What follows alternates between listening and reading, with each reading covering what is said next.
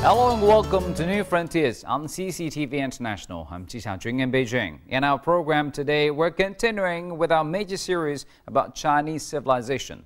1500 years ago, in the wake of the demise of the Qing and Han dynasties, China was ruled by the Wei and Jin dynasties. Now, this was an era of great social transformation and also a cultural golden age.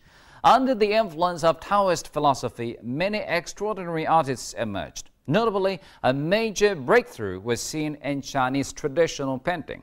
Artists began to stress the spirit of landscapes and objects in their work rather than the actual form.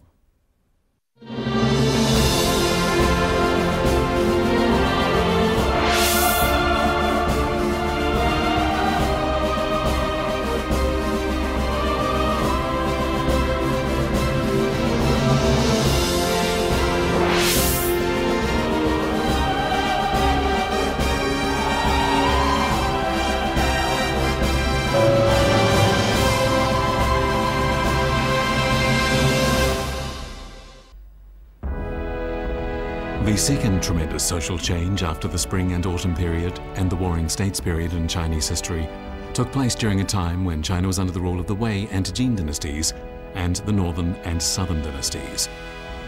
At this time, ethnic groups in North China merged on a large scale, and much of the culture of the Central Plains was taken to the south by immigrants. For a period of 400 years after the Spring and Autumn and Warring States periods, the Chinese created a rich legacy for future generations. It was an era of great advance in philosophy and the arts. In the arts in particular, there were breakthroughs in every field. This was also an era that made it possible for the emergence of many people of great talent.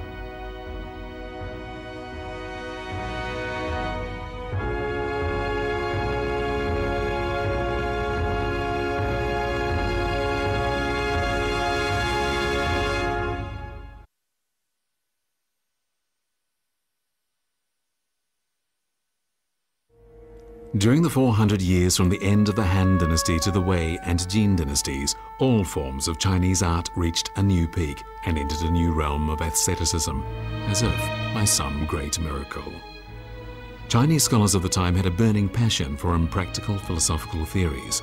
They spent much of their time visiting natural sites, discussing philosophical theories, drinking wine, and composing prose poems. And in the process, they unexpectedly achieved breakthroughs in artistic creation.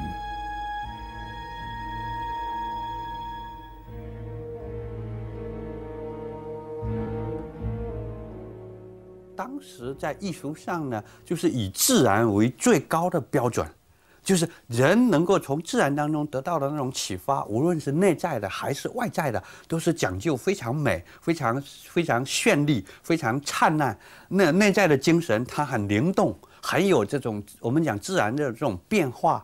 这种审美呢，就是我们知道当时包括这个山水诗啊，这个很多山水画啊，它都非常强调这种传神，都强调它的一种流畅，强调它的这种自然的这种意味。 Chinese landscape paintings are not required to present a mountain or a river in its true form. Instead, the painter draws a picture of a scenic spot on the basis of the many scenic spots he has visited. During the Wei and Jin dynasties, Chinese painters began to rise from a level that had them depicting real subjects to one where they expressed their inner thoughts. They placed greater stress on freehand brushwork than they did on faithful representation.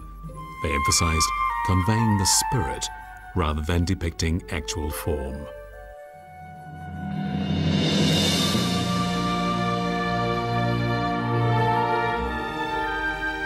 The creation of landscape paintings reached a new peak during the time China was under the rule of the 5 dynasties and the 2 Song dynasties.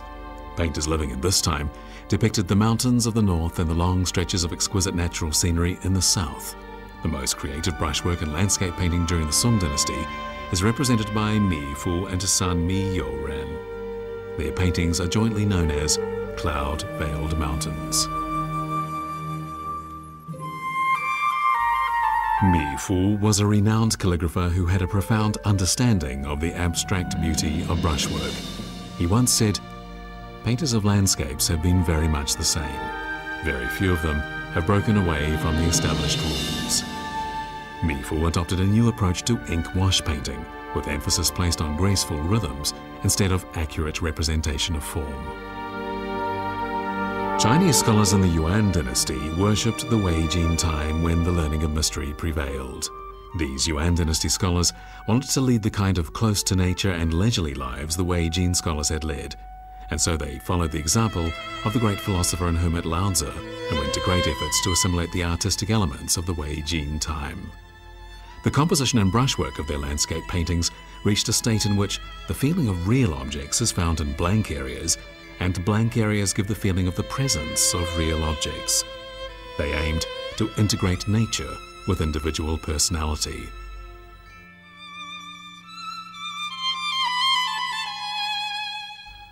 Artists living in the Wei and Jin dynasties pursued a natural style. They created an Oriental art ideology and developed aesthetic concepts such as spiritual rhythm and spiritual form.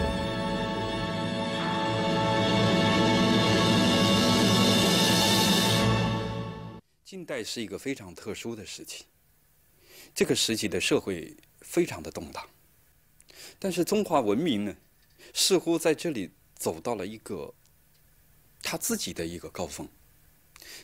以前积聚的一些思想、感觉，还有艺术上的成就、文化上的成就，在这里都好像汇聚成一个灿烂之点。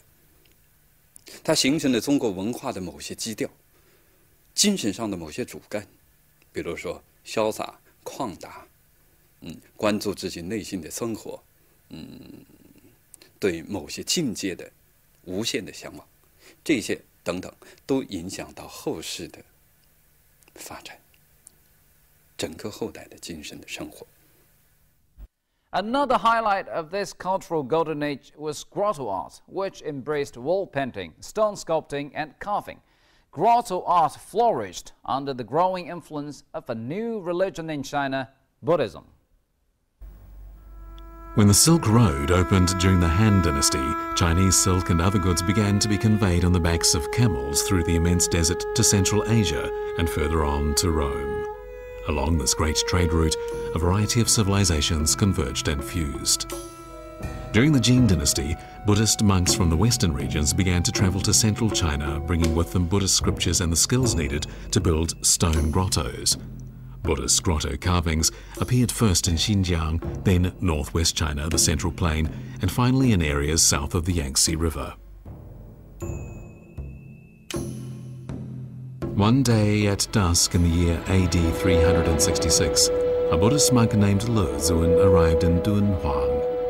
When he looked up Mingsha Hill, he saw the gorgeous rays of light bouncing off a cliff of the hill, and it seemed in the dazzling light that thousands of images of the Buddha were greeting him.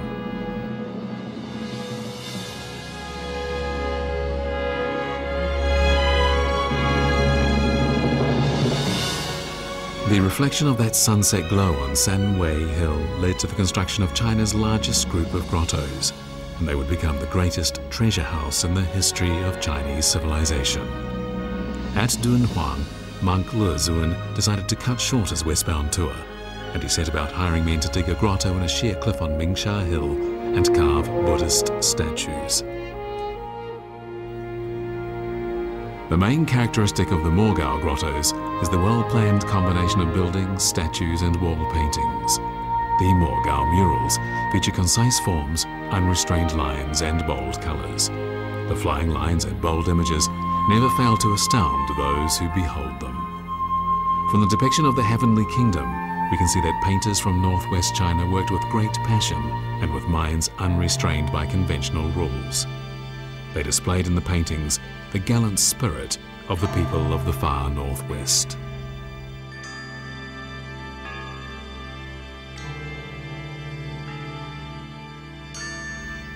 Since ancient times, it has been said of Chinese artistic styles that those in the north are gallant, while those in the south are exquisite. Geographically, China can be divided into two large regions, with the Qinling Mountains and the Huaihe River as the demarcation line, and these two regions are very different in terms of topography, climate, and natural environment.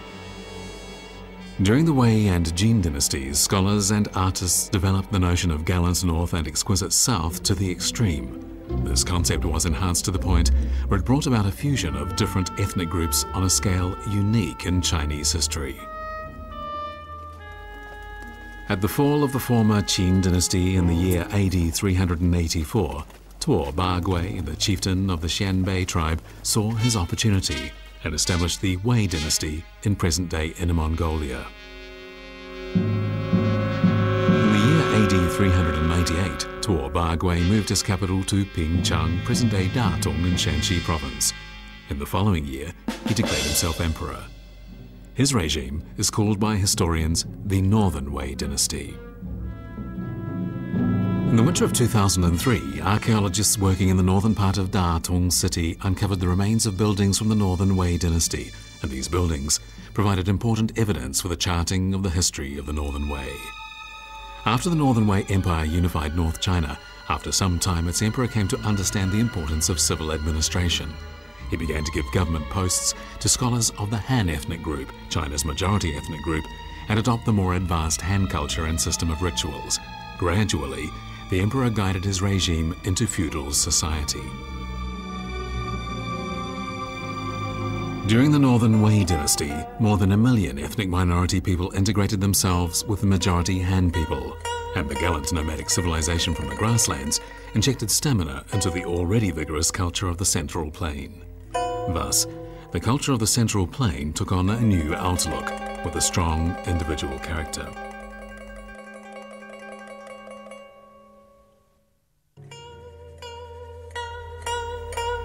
The most important manifestation of the cultural characteristic particular to the ethnic groups of North China is the region's large number of Buddhist grotto carvings. During the 100 years in which construction of the Mogao grottos was underway, people living in the Hexi area also built grottos. In Gansu province, local people built the Yulin grottos at Wanfo Gorge, the Majishan grottos at Tianshui, the Tiantishan grottos at Wuwei, the Bingling Temple grottos in Yongjing County, and the Ma-Ti Temple grottos in Jiangye.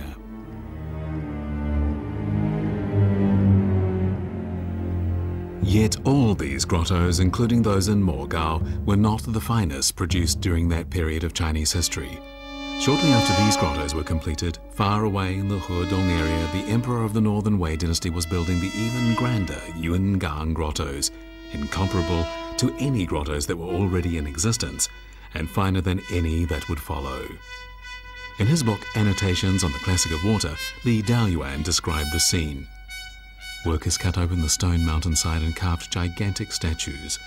Rare Buddhist scriptures were brought there. Halls were built on the mountain and by the waterside.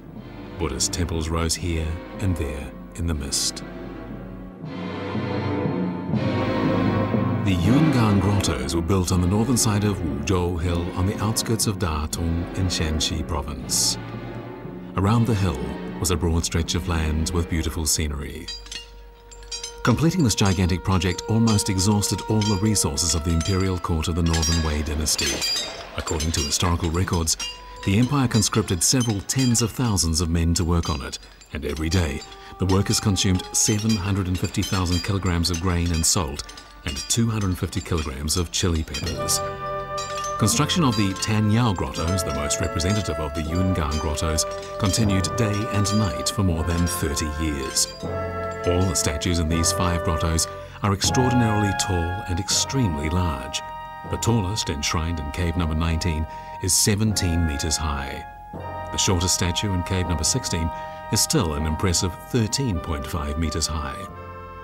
The stately and mysterious bearing of these statues of Buddha was depicted using carving techniques known as large plain areas on a huge statue and straight and even carving lines.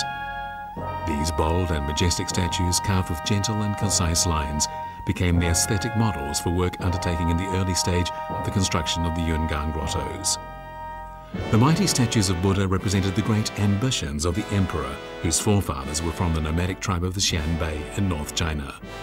Lu Xun, the famous writer of modern China, compared the giant statues to the Great Wall, and he further eulogized them as towering buildings in the sandstorm and solid and great art.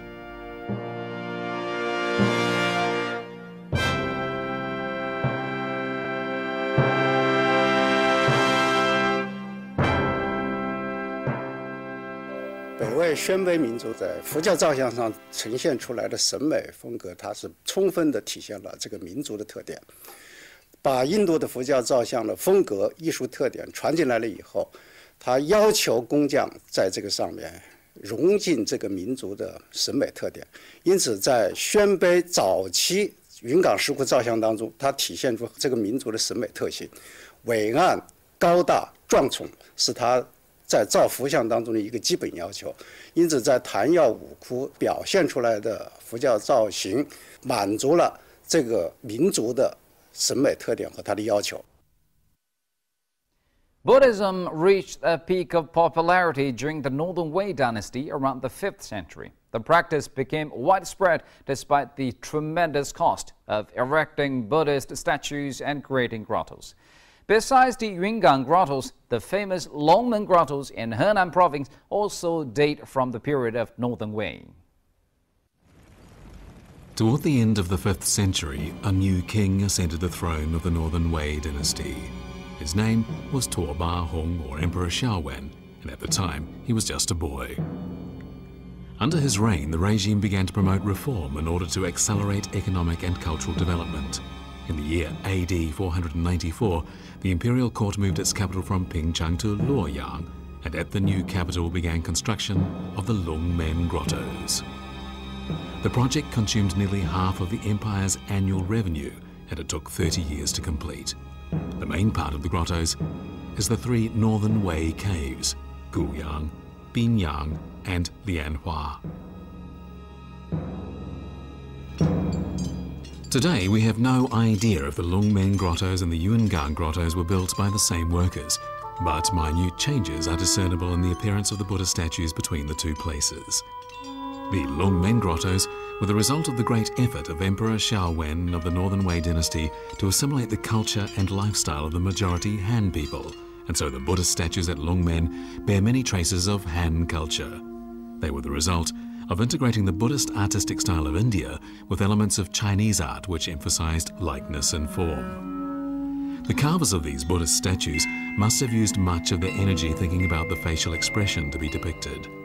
The facial expression had to be solemn and dignified so that they would generate sincere respect from pilgrims, yet it was not to be chilly and unapproachable. Buddhist statues built after the Northern Wei dynasty moved its capital to Luoyang take on a little of the air of the secular world. They are dressed in the loose garments of Han scholars, their faces are less solemn, and they smile. In short, they are more like people from real life.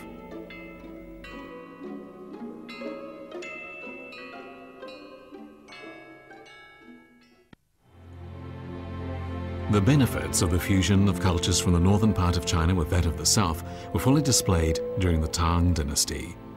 The Buddhist statues carved during this period for Fengxian Temple at Longmen are the best among the Buddhist statues of the Longmen grottos. The principal statue is in a sitting posture. Its head is 4 meters high, its ears 1.9 meters long, its hair curved, and its brows high and long. The statue casts its eyes towards somewhere ahead and down, while its lips show a faint smile. It has both masculine strength and gentle feminine beauty. This statue has been acclaimed as a perfect combination of human being with divine spirit.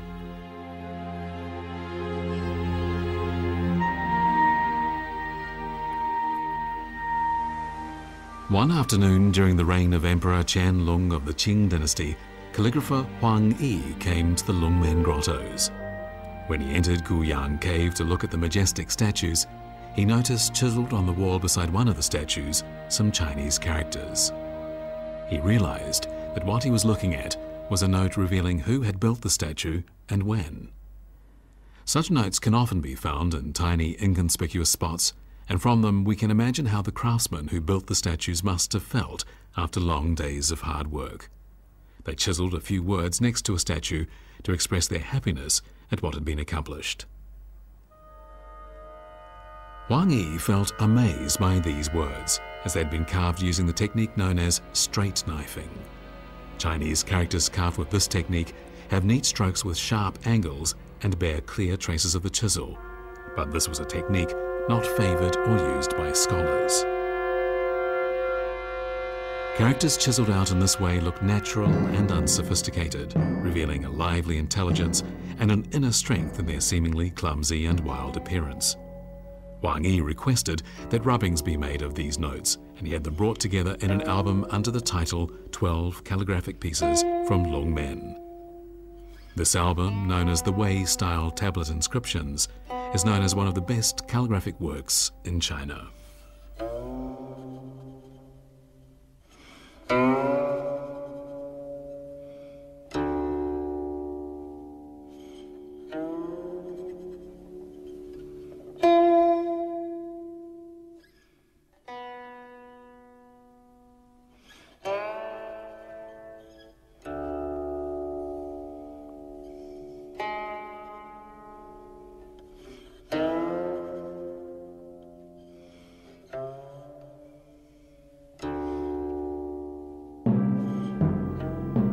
The brushwork of Wang Shizhi is exquisite and powerful, but the Wei tablet inscription style injects a gallant and unsophisticated air into Wang Shizhi's style. It provides a new arena for the development of Chinese calligraphy. A new trend, learning from the Wei-style tablet inscriptions, began a wave of calligraphic creativity across the country.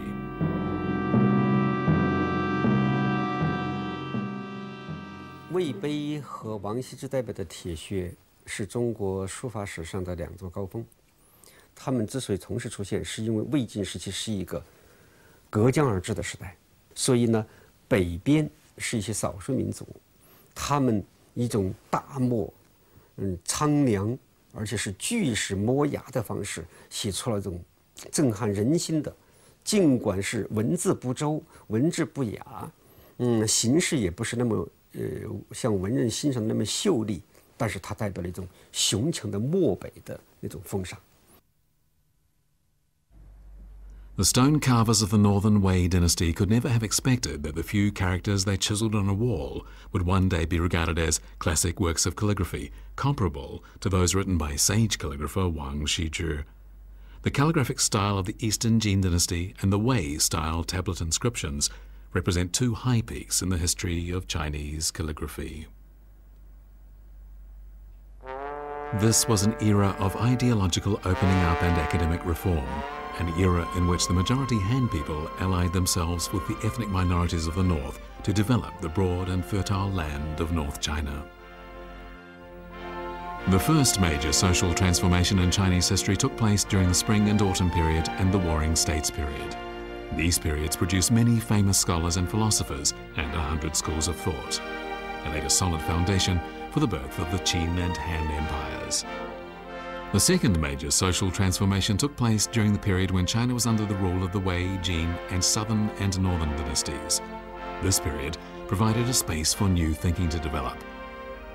The Wei Jin calligraphic style, represented by Wang Shizhi, the realistic painting style, represented by Gu Kaizhi, the pastoral poetry, represented by Tao Yuanming, and the Buddhist statue sculptures, represented by the Mogao grottos, all appeared in this period.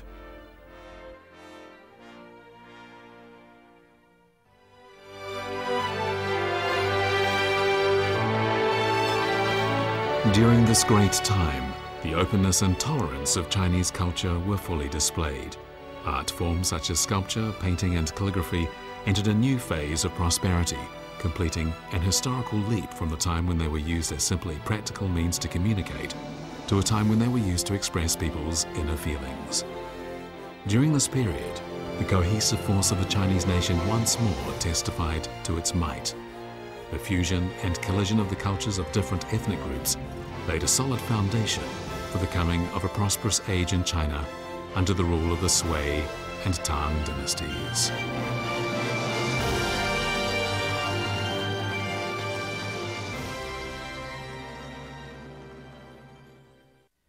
During this period, Chinese culture achieved unprecedented levels of openness and tolerance. Art forms such as sculpture, painting, and calligraphy achieved a historic advance in that they were no longer used pragmatically as a means of communication.